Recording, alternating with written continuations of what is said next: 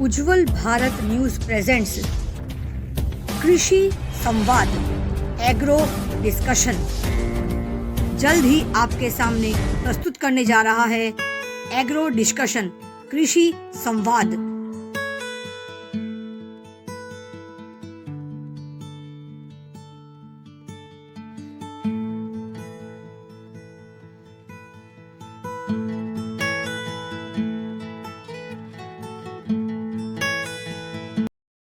नमस्कार, उज्ज्वल भारत न्यूज में आप सभी का स्वागत है।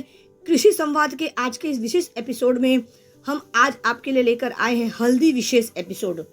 हल्दी यानी टर्मरिक ये भारतीय वनस्पति है। ये अदरक की प्रजाति का 5 से 6 फीट बढ़ने वाला पौधा है, जिसमें जड़ की गांठों में हल्दी मिलती है। हल्दी को आयुर्वेदिक में प्राचीन काल से ही एक चमत्कारी द्रव्य के रूप में मान्यता प्राप्त है। इसे हल्दी के अतिरिक्त हरिद्रा, curcuma, लौंगा, Gauri, what, Vilasini, Kumkum, turmeric नाम दिए गए हैं। आपको बता दें कि हल्दी उत्पादन के मामले में तेलंगाना का देश में पहला स्थान है, तो वहीं देश में तेलंगाना के बाद दूसरे स्थान पर महाराष्ट्र में सबसे अधिक हल्दी का उत्पादन होता है, जहां कुल उत्पादन का 22.34% उत्पादन होता है। इसके बाद कर्नाटक में कुल उत्पादन का 11.14% हल्दी उत्पादन होता है। यद्यपि इसे विभिन्न प्रकार की मिट्टी में उगाया जा सकता है। ये अच्छे जल निकास वाली बलुई या दोमट मिट्टी में अच्छी तरह से पनपता है, जिसका पीएच 4.5 से 7.5 के बीच होता है और इसमें अच्छी जैविक स्थिति होती है। आइए आपको हल्दी के कुछ गुणवत्ता के बारे में बताते हैं। हल्दी दूध प्राकृतिक रूप से एंटी इन्फ्लेमेटरी होता है और एंटी ऑक्सीडेंट से भरा होता है। हल्दी में मौजूद करक्यूमिन नाम का कंपाउंड हमारी सेहत के लिए कई तरह से फ़ायदा पहुंचाता है। दूध में हल्दी मिलाकर पीने से इम्यूनिटी को बढ़ावा मिलता है, जिससे दिल की बीमारियों के साथ अन्य रोगों को जोखिम कम होता है। पुरातन काल से हल्दी को एक औषधि तत्व के रूप में भी माना गया है। हमने ये भी देखा है कि हमारे पूर्वज या हमारे जो बड़े हैं, जो बुजुर्ग हैं हमारे घर के, उन्होंने हमेशा चोट लगने के दरमियान हल्दी लगाते थे, ताकि हल्दी के अंदर औषधि तत्व जो है हमारे चोट को मिटाने में काफ़ी उपयोगी साबित होता था। अगर हमारे हड्डी में भी कोई ज़ोरदार चोट लगती थी तो भी हल्दी लगाने के बाद हमारे चोट में काफ़ी राहत मिलता था। हमारे देश के प्रधानमंत्री श्री नरेंद्र मोदी जी ऑर्गेनिक फार्मिंग को बहुत ज़्यादा बढ़ावा दे रहे हैं, क्योंकि हमारा देश जो आने वाला समय है, जो हमारे देश की युवा वर्ग है, जो देश का भविष्य है, वो कहीं ना कहीं अस्वस्थ होता हुआ नज़र आ रहा है।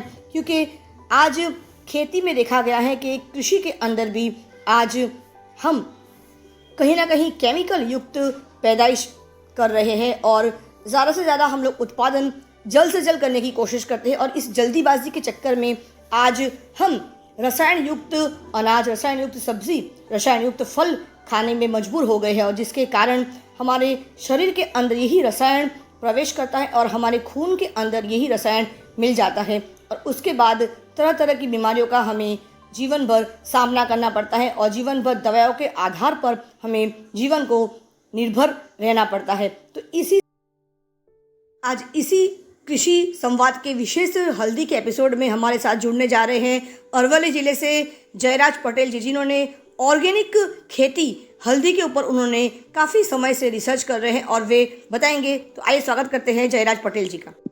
નમસ્કાર જયરાજભાઈ, ખૂબ ખૂબ તમારું આભાર છે અને તમે અમારા માટે આટલો અમૂલ્ય સમય તમે આપ્યા છો એના માટે ખૂબ ખૂબ આભાર માનું છું। અને તમને ફરી એકવાર જણાવી દઉં છું કે આપણા દેશના વડાપ્રધાન નરેન્દ્ર મોદી સાહેબે જે ઇન્ટરનેશનલ મિલેટ યર જે આ વર્ષને ગણાવ્યા છે એના માટે આપણા ખેડૂતોને ખૂબ એમાં લાભ મળશે।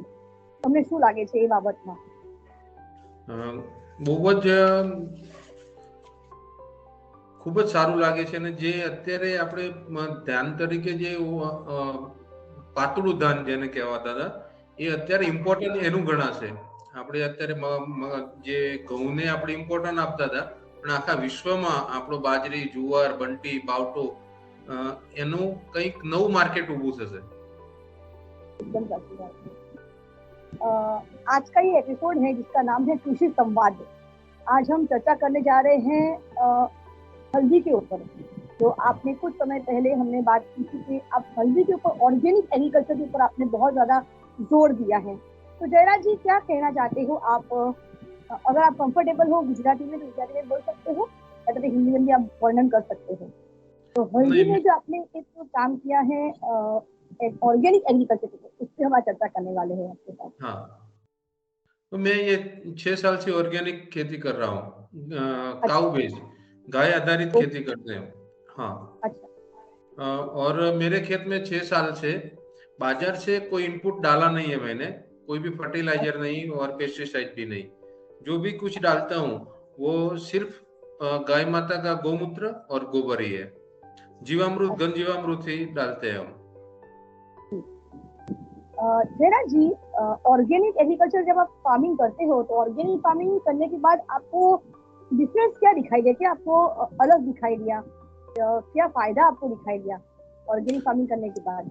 ऑर्गेनिक फार्मिंग करते हैं तो एक तो अपने जो माँ बोलते हैं धरती माँ, उसको हम माँ बोलते हैं, माँ को हम जहर नहीं दे सकते।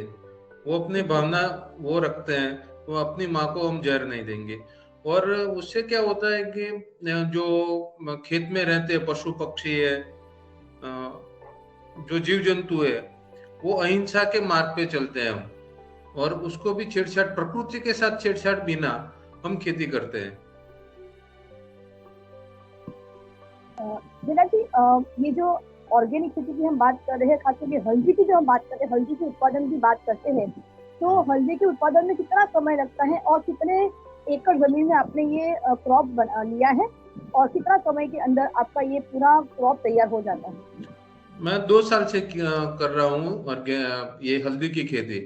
पहले थोड़ा टेस्टिंग किया था कि कैसे रहता है, और इस साल मैंने 1 बीघे में, आधा एकड़ में किया था।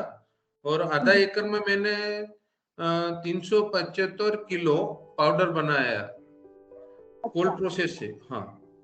ओके। अच्छा, हल्दी की खेती पूरा संपूर्ण होने में कितना समय लेता है? 9 महीने लगता है। प्लांटेशन के और हार्वेस्टिंग के बीच का 9 महीना टाइम रहता है। अच्छा, ये बताइए कि इसके लिए जमीन कैसी चाहिए, कितना पीएच होना चाहिए और पानी की कितनी जरूरत होती है? इंजेक्शन में कितना पानी चाहिए होता है? हाँ, उसको पानी तो चाहिए, प्लांटेशन के वक्त भी चाहिए, और बाद में तो मानसून आता है, बारिश आती है, तो उस टाइम पे नहीं, पानी की खपत नहीं होती। लेकिन मानसून के बाद जब बारिश रुक जाती है तो हमको पानी 15 दिन के अंतराल में देना पड़ता है। अच्छा। और अगर जमीन की या मिट्टी की बात करें तो मिट्टी का मिट्टी की पीएच बात करें तो मिट्टी सख्त नहीं होनी चाहिए। वो गोराडू बोलते हैं उसको, मिक्स माटी बोलते हैं, वो चलती है। क्या बता सकते हैं कि इसकी मिट्टी की पीएच कितना होना चाहिए? आपको आइडिया है क्या सर? मिट्टी की पीएच कितना होना चाहिए? पीएच, वो 7 पीएच तक चलता है। अच्छा, 7 हाँ, पीएच। हाँ। अच्छा, इसमें एक किसान अगर आपकी बात करे तो कितना वो मुनाफा कर लेता है इसके अंदर? ये 1 बीघे से जो अभी वैल्यू हम गिने तो लाख से 1.25 लाख तक पहुंच जाते हैं। 1 बीघे में से उतनी प्रोडक्ट मिलती है। नहीं बेचना, उसको मूल्यवर्धन करके ही बेच सकते हैं तो मिलता है। ओके। हाँ। अच्छा जयराज जी, सबसे बड़ी बात यह है कि हमारे अरवली जिले में ऐसे कितने होंगे किसान जो इस हल्दी के खेत के साथ जुड़े हैं और ऑर्गेनिक को हम लोग बहुत बढ़ावा दे रहे हैं। हमारे प्रधानमंत्री जी ने भी यही हमें उपदेश दिया है, संदेश दिया है कि हो सके उतना ही आप ऑर्गेनिक फार्मिंग के ऊपर ध्यान केंद्रित करो। तो अरवली जिले में हो या पूरे गुजरात में हो, ऐसे कितने किसान होंगे जो ऑर्गेनिक फार्मिंग को प्रोत्साहित कर रहे हैं और आगे बढ़ावा दे रहे हैं? ये यहाँ तो हल्दी की खेती हम 4-5 ही खेडूत करते हैं। अच्छा। हाँ, ऑर्गेनिक करते हैं वो 4 या 5 ही है। बाकी का पता नहीं, लेकिन हल्दी का नहीं, यहाँ हल्दी कम होती है। अच्छा। हाँ। अच्छा, हल्दी देखा जाए तो हमारे देश में कहाँ सबसे ज्यादा होती है हल्दी? देश में ये क्या सांगली बोलते हैं महाराष्ट्र में, अच्छा। हाँ वहाँ से, हाँ वहाँ ज्यादा होती है। अभी लेकिन अभी फिर भी गुजरात। राजकोट जिले में भी होती है। अच्छा। हाँ। हल्दी की खेती के लिए कोई पारंपरिक कोई ऐसा कोई वातावरण चाहिए होता है कि या तो फिर हम लोग कहीं भी उसे कर सकते हैं? कहीं भी कर सकते हैं उसको, एटमॉस्फेयर का कोई दिक्कत नहीं होती। अच्छा। हाँ उसमें रोग भी आप नहीं आ रोग भी नहीं आता बिल्कुल उसमें। हाँ। बिल्कुल। अच्छा, आप हल्दी को लेकर और क्या विशेष उनकी तत्वों के बारे में कहना चाहते हैं? हल्दी की खेती करनी चाहिए। उसमें क्या होता है कि बारिश आए तो पानी दे सकते हैं, ज्यादा बारिश आए तो भी नुकसान उसमें नहीं होता। या बिल्कुल। फसल हो जाने के बाद, तैयार हो जाने के बाद भी बारिश आती है तो खेडूत को घबराना नहीं पड़ता। इस साल जो मानसून डिस्टर्ब हुआ है अपना, वो डिस्टर्ब होने हम्म। से खेती बिगड़ रही है, वैसे हल्दी की खेती में नहीं है। अच्छा, हल्दी जो हम लेते हैं तो किन किन चीजों में हम हल्दी का उपयोग करते हैं? जैसे कि खाने में तो उपयोग होता ही है मसाले के तौर पर, हाँ। लेकिन ये हल्दी हम लोग इस्तेमाल करते हैं कि कहीं ना कहीं मेडिसिन में यूज होता है, बर्नल वगैरह में, हाँ ऑइंटमेंट बनाने में। उसके अलावा हल्दी की जो मेन उसका जो उपयोग है वो कहाँ पे होता है? वो सबसे ज्यादा फार्मा में काम आता है। वो हाँ। हाँ, उसमें जो कुरकुमिन का जो तत्व आता है, जो हम्म। वो कैंसर के पेशेंट के लिए जो दवाई बनती है केमोथेरेपी में, वो हाँ, इसमें यूज होता है। हाँ। मैंने और देखा है ये, कि काफी सारे। हाँ ये कोरोना में बहुत ज्यादा पाउडर सबने बेचा था, लेकिन ये हाँ, सुबह में, हाँ सुबह में गर्म पानी में दूध में डाल के सब लोग पीते हैं। वो एंटीबायोटिक होता है, सबसे ज्यादा असरकारक होती है। मेरा जी मैंने देखा है बचपन में भी दादी हम लोग को रात को हल्दी वाला दूध पिलाती थी, चाहे वो कोई भी मौसम हो। लेकिन हाँ हल्दी वाला दूध पीने से सही मायने में देखा है, मैंने खुद भी अनुभव करती हूँ, रोज पीती हूँ मैं। तो जो गला खराब होता है ना दिन भर में, तो वो हाँ हल्दी वाला रात को दूध पीने के बाद सुबह एकदम गला हमारा एकदम से मस्त हो जाता है, कोई दिक्कत नहीं होती है। और अगर एक हाँ चुटकी नमक मिला दे तो फिर हमारा गला और साफ हो जाता है, गार्गल करने की भी कोई जरूरत नहीं पड़ती है, हाँ दवाई की जरूरत पड़ती नहीं है। तो इसको आप नहीं, अगर रोजाना अगर आप इसको उपयोग में लेते हो तो क्या कहते हो हाँ आप इसके बारे में?